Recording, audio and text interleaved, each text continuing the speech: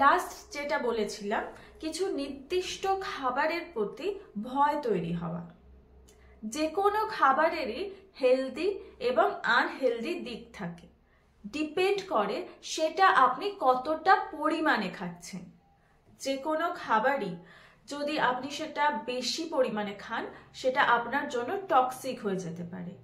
Otherwise আপনার পছন্দের খাবার আপনি নির্দিষ্ট পরিমাণে খেতেই পারেন। নেক্সট আসি গিল্টি ফিলিং এর কথায়। আপনি চুরি করছেন বা ডাকাতি করছেন বা কোনো কাউকে খারাপ কথা বলছেন, সেক্ষেত্রে গিল্টি ফিল হওয়াটা জরুরি।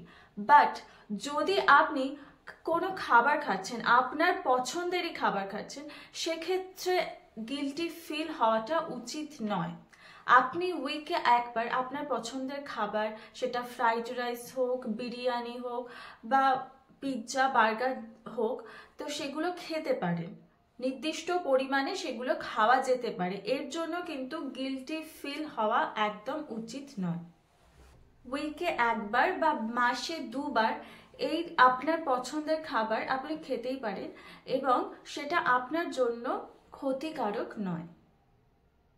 যদি আপনার প্লেটে এর নির্দিষ্ট পরিমাণে carbohydrate, protein, fat, prebiotic, probiotic এগুলো পরিমাণ মতো থাকে, আপনি যদি ডেলি একটা নির্দিষ্ট ডায়েট মেনটেন করেন, তাহলে এগুলো উইকে একবার বা মাসে 2বার খেতে পারেন।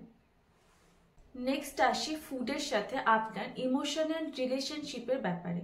যদি আপনি কোনো কারণে আপসেট থাকছেন, স্ট্রেসড থাকছেন, তাহলে আপনার মেন্টাল হেলথ ইস্যু হচ্ছে, মেন্টাল হেলথ কোনো প্রবলেম হচ্ছে মনে হচ্ছে, তাহলে সেক্ষেত্রে আপনার যদি মেডিসিন নিতে হয় তাহলে অবশ্যই মেডিসিন নিন।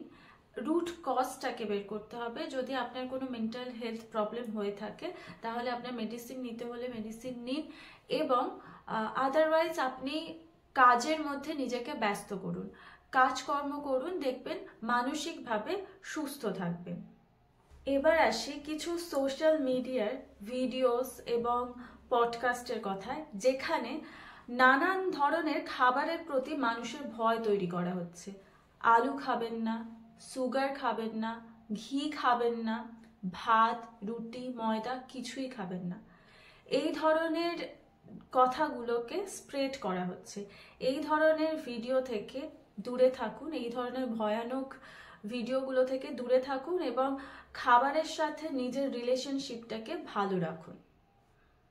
ধরুন সকালে মিল্ক খেলে আপনার কোনো রকম প্রবলেম হচ্ছে না, আবার রাতে যদি মিল্ক খান সেক্ষেত্রে আপনার পেটে ব্যথা করছে বা অ্যাসিডিটির প্রবলেম হচ্ছে। আবার ধরুন আপনার 1 গ্লাস মিল্ক খেলে সমস্যা হচ্ছে না, কিন্তু আপনি রাতে 1.5 থেকে 2 গ্লাস মিল্ক খেয়ে শুয়ে পড়লেন, সেক্ষেত্রে কিন্তু আপনার এই মিল্ক থেকে অ্যাসিডিটি তৈরি হচ্ছে। তাহলে কি হচ্ছে, বা আপনি যদি পরিমাণের থেকে জলও বেশি খান, সেখানেও কিন্তু প্রবলেম হয়। তাই আপনি যে খাবারটি খাচ্ছেন সেটা কোন সময়ে খাচ্ছেন বা কতটা পরিমাণে খাচ্ছেন, সেটাই আসলে ডিপেন্ড করে। ভিডিও ভালো লেগে থাকলে লাইক, শেয়ার অ্যান্ড সাবস্ক্রাইব করুন। কোনো রকম হেল্প লাগলে অবশ্যই ভিজিট করুন diet mantra, and full information ডেসক্রিপশনে দেওয়া রইল।